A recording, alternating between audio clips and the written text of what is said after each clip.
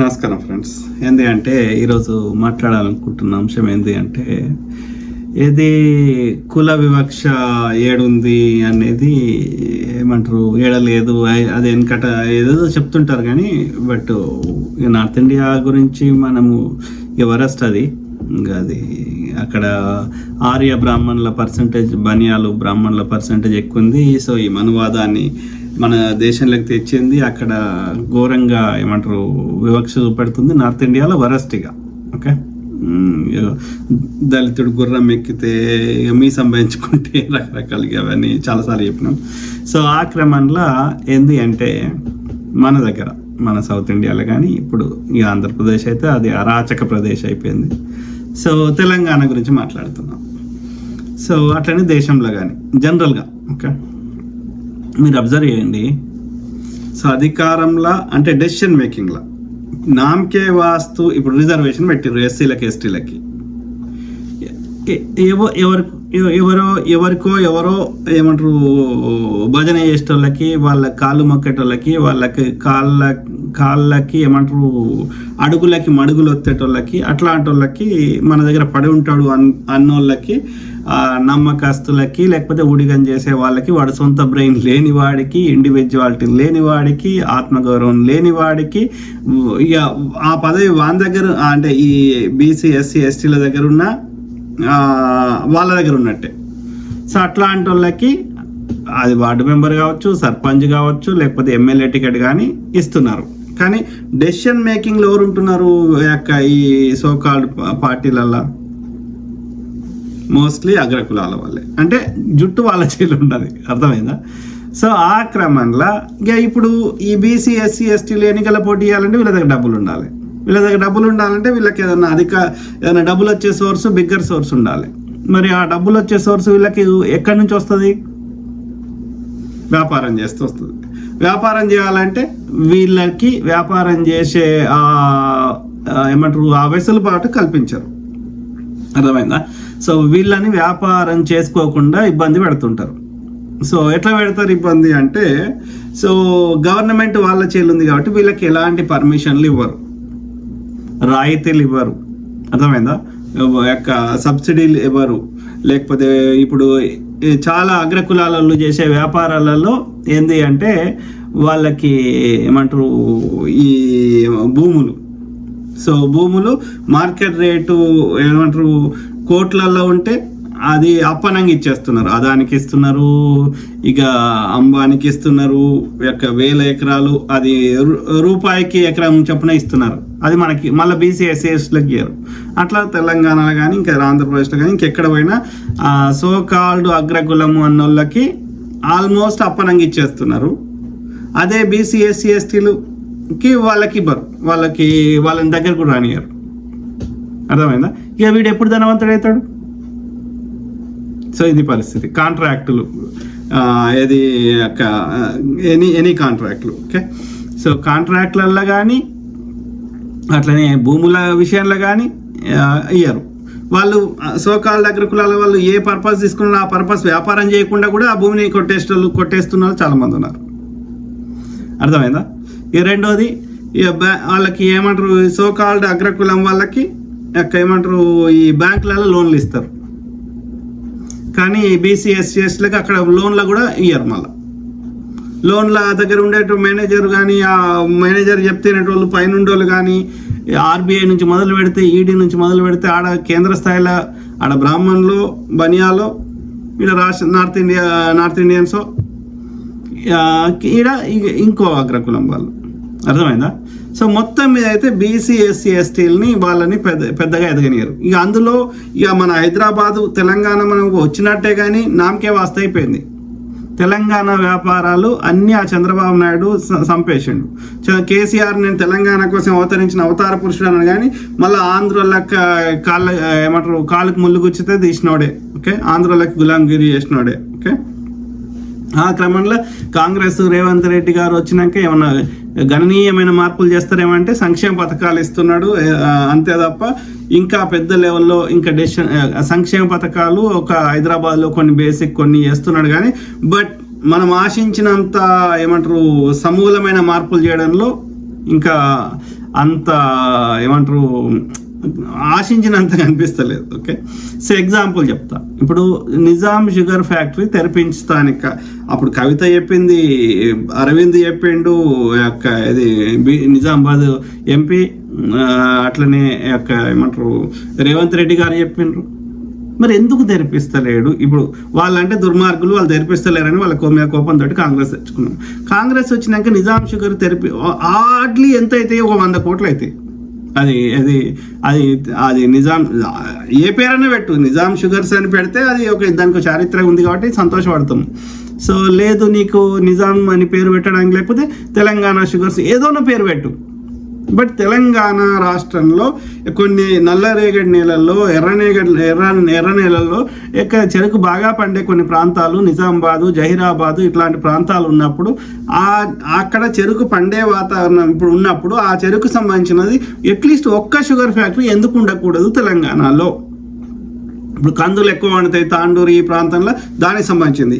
నిజామాబాద్లో పసుపు పండుతుంది, పసుపు సంబంధించింది. అట్లా ఏది మన దగ్గర పండుతుందో దాన్ని ఇక్కడే ప్రాసెస్ చేసి మనము విదేశాలకు కానీ రెస్ట్ ఆఫ్ ద ఇండియాకి కానీ ఎక్స్పోర్ట్ చేసే స్థాయిలో ఇండస్ట్రీస్ ఎందుకు మన తెలంగాణలో ఉండకూడదు చెప్పండి.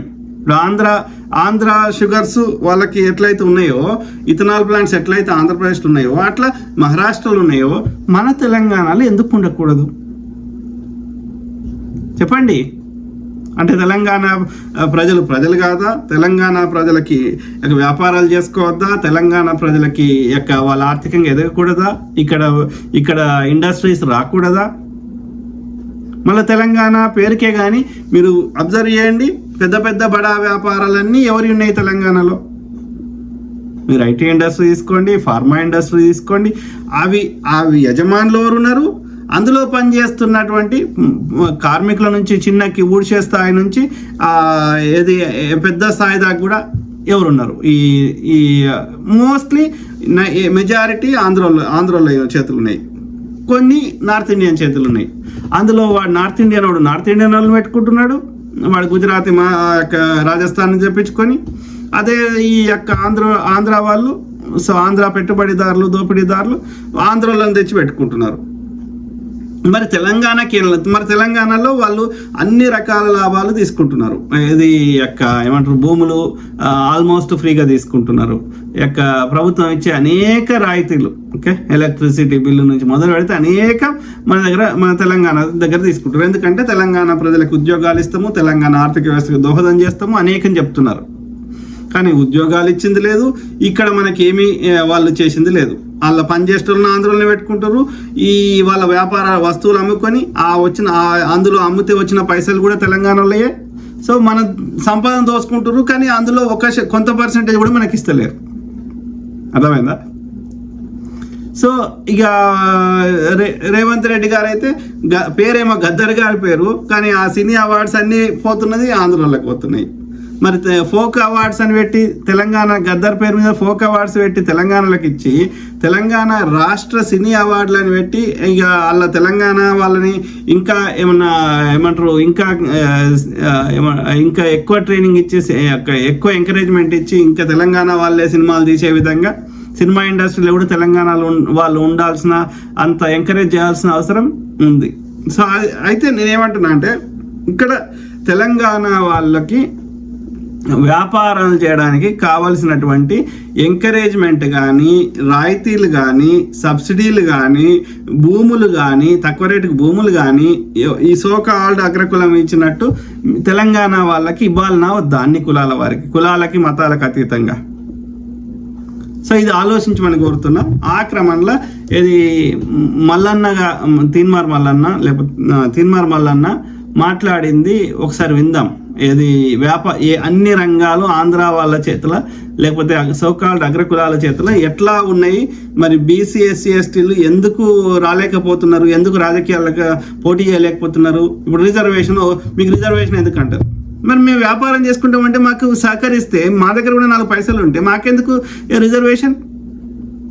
నువ్వు 100 కోట్లు పెడితే నేను 100 కోట్లు పెట్టి ఖర్చు పెట్టి నేను నీకు గట్టిగా పోటీ ఇచ్చి నేను గెలుస్తా, కానీ నాకు ఆ వాతావరణం కల్పిస్తున్నావు.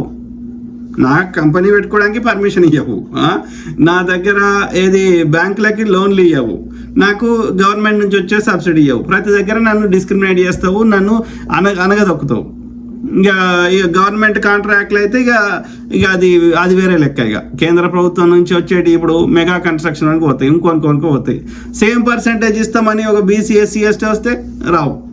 బీఫ్ కంపెనీలు, ఎక్స్పోర్ట్లు, ఏదైనా గవర్నమెంట్ నుంచి లబ్ధి చేకూరేటి అన్ని రాష్ట్ర స్థాయిలో కానీ కేంద్ర స్థాయిలో కానీ ఎవరి చేయిలు ఉంటున్నాయి.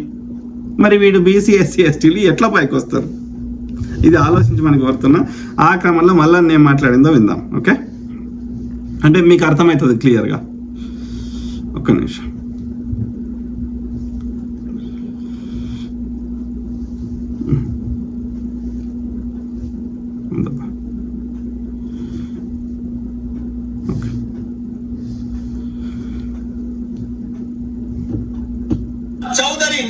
సినిమా రంగం ఒకసారి చూద్దాం మిత్రులారా. ఓకే, చూద్దాం. అధ్యక్ష దగ్గుపాటి సురేష్ బాబు, రామారావు, శ్రీధర్ బాబు, గోపీనాథ్, వెంకటరమణ, అనిల్ కుమార్, చౌదరి, నిరంజన్ బాబు, గోపాల్ రెడ్డి, తిరుపతి రెడ్డి, జగదీష్ రెడ్డి, సుధాకర్ రెడ్డి, గోపాల్ రెడ్డి, గోపాలకృష్ణారెడ్డి, గనిరెడ్డి, సునీల్ కుమార్ రెడ్డి, ఉమాపతి రెడ్డి, భాస్కర్ రెడ్డి, చౌదరి, లైలా చౌదరి, వీరే చౌదరి, రవిప్రకాష్, సీతారామరావు, వీళ్ళంతా వీళ్ళు సార్, వీళ్ళు ప్రొడ్యూసర్లు సార్. ఒక్క బీసీ లేడు సార్. Cinema studio sir.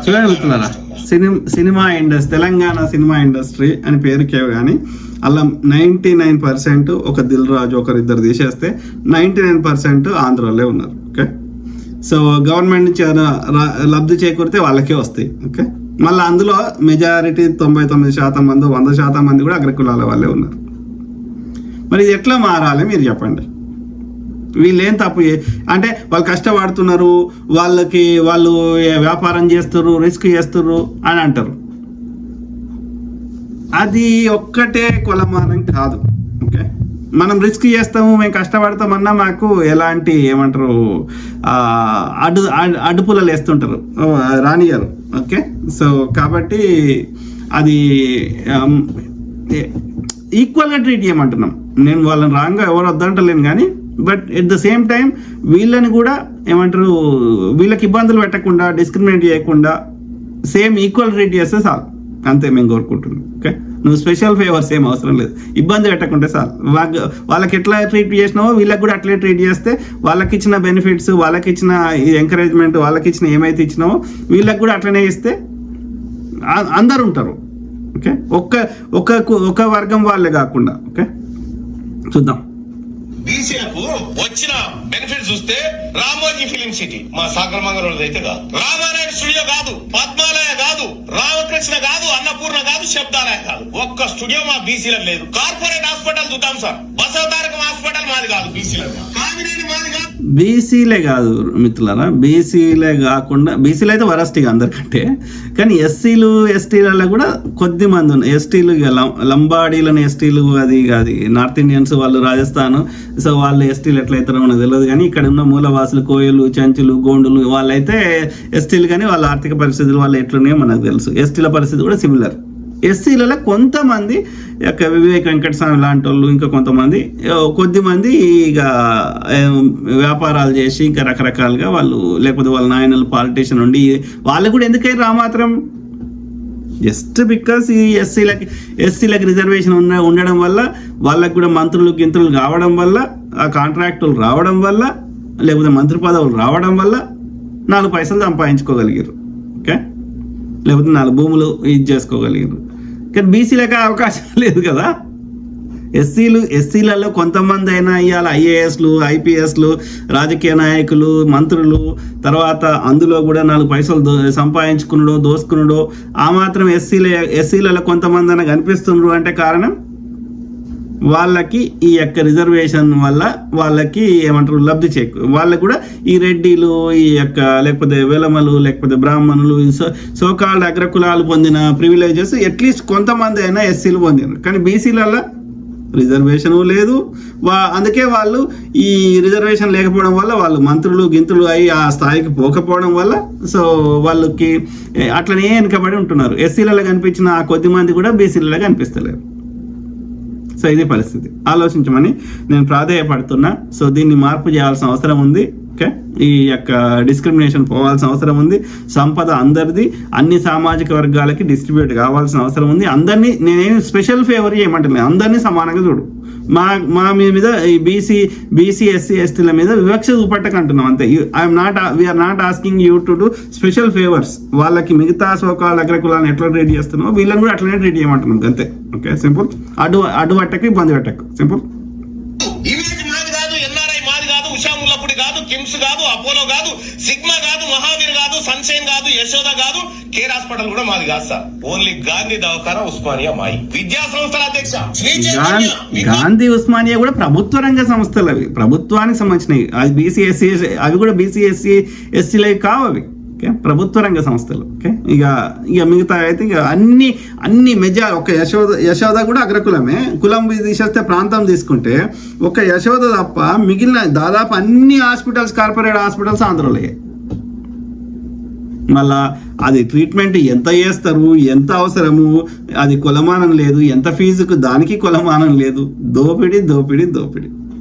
అంటే అన్ని సంపద కానీ ఆ యొక్క ఇండస్ట్రీస్ని తమ గుప్పిట్లో పెట్టుకుంటున్నారు ఈ ప్రాంతానికి చెందని వారు. ఓకే, మరి వీళ్ళు తెలంగాణకు రాకముందు లేవా తెలంగాణలో హాస్పిటల్ అన్నీ అంటే వాటిని కావాలని ప్రభుత్వం సంబంధించినవి కానీ తెలంగాణ వ్యక్తులే కానీ కావాలని ఆంధ్ర పాలకులు చంపేశారు. అప్పనంగా తెలంగాణలో భూమిని అప్పుడు తీసుకున్నారు, ఇప్పుడు తీసుకుంటున్నారు. మీరు చూడండి, ఇక ఈవెన్ హైదరాబాద్ సరౌండింగ్స్లో నేటికి చూడండి, రంగారెడ్డి జిల్లాకు వండి యొక్క మెదక్ యొక్క గజ్వేలు శంషాబాదు, లేకపోతే ఇటు ఏమంటారు ఈ యొక్క షామీర్పేట, ఇండియా ఎడిదిక్క మేడ్చల్ ఎడిదిక్కన తిరగండి హైదరాబాద్ చుట్టూ. రీజనల్ రింగ్ రోడ్ కానీ ఇప్పుడు అవుటర్ రింగ్ రోడ్ దాటి రీజనల్ రింగ్ రోడ్ దాకా, అవి ఈవెన్ డిస్టిక్లలో కూడా నియర్ బై అన్ని యొక్క భూములన్నీ ఎవరు తీసేసుకుంటారు ఏదో కంపెనీ పేరు మీద. సోకాల్డ్ ఆంధ్రోలు, నార్త్ ఇండియన్స్, సోకాల్డ్ అగ్రకులాలు. ఈ తెలంగాణకి ఏమొస్తుంది? మళ్ళీ కనీసం వాళ్ళ ఉద్యోగం అన్నా మనకి ఇచ్చి చేస్తలేడు. దోపిడి దోపిడి దోపిడి, ఇది పరిస్థితి. సో ఆ క్రమంలో మళ్ళీ ఏమంటున్నా విందాం. విజ్ఞానం, గీతము, నలంద, గౌతమ్, భాష్యం, సిద్ధార్థ, నారాయణ, మల్లారెడ్డి. ఏ విద్యా సంస్థ మాది కాదు సార్. మా చేతుల్లో ఒక విద్యా సంస్థ కూడా లేదు. అందులో ఆ విద్యా సంస్థలలో కూడా ఏది ఒక మల్లారెడ్డి తెలంగాణ వదిలేస్తే మిగతా అన్ని ఆంధ్రలే. ఓకే, ఇక అన్ని సోకాల్డ్ అగ్రకులాలే. సాక్షి రెడ్డి, ఆంధ్రభూమి రెడ్డి, దక్కన్ క్రానికల్ రెడ్డి, నమస్తే తెలంగాణ వెలమ, ఆంధ్రప్రభ వైశ్య, వార్త వైశ్య, ఇట్లా ఇవి ఇక ఛానళ్ళ లెక్క ఛానళ్ళు, వార్తాపత్రికలు, ఛానళ్ళు. ఓకే, ఐటీ ఇండస్ట్రీలు, ఫార్మా ఇండస్ట్రీలు, you take it, name it. Okay, తెలంగాణలో నిజాం గారు స్థాపించిన అన్ని ప్రభుత్వ రంగ సంస్థలు అన్ని చంపేసిండు ఇదే చంద్రబాబు నాయుడు. కేవలం ఇగో ఇట్లా ఆంధ్రుల యొక్క వ్యాపారాలను వాళ్ళకి దోపిడీ పంచిపెట్టాలని. వ్యాపారాలతో ఆగిండా అంటే భూములు మొత్తం తీసేసుకున్నారు కబ్జాలు. తెలంగాణలోకి ఏమొచ్చింది? మట్టి కొట్టిర్రు. కనీసం రామోజీ ఫిల్మ్ సిటీలో ఊడిషేటి తుడిషేటి కూడా మనకి ఇయ్యరు. స్టూడియోలు, ఏది టీవీ స్టేషన్ల స్టూడియోలు కానీ ఏదైనా entertainment industry, you name it, IT industry, pharma industry, hospitals, you name it, they bulldozed. At what cost? So ఆలోచించాల్సిన అవసరం ఉంది. ఛానళ్ళ లెక్క సినిమా రంగం ఒకసారి చూద్దాం అధ్యక్ష. దగ్గుపాటి సురేష్. సో ఇది మిత్రులారా. సో కాబట్టి మనము తెలంగాణ ఏమంటారు కేసీఆర్ దొంగనే ఉన్నాడు చెప్పే మాటలకి ఇది అని. ఇక బీజేపీ అయితే ఇంకా వరస్తుంది. సో కాబట్టి ఇప్పుడు ఆంధ్రప్రదేశ్లో కూటమి ప్రభుత్వం వాళ్ళు దొంగలే ఉన్నారు.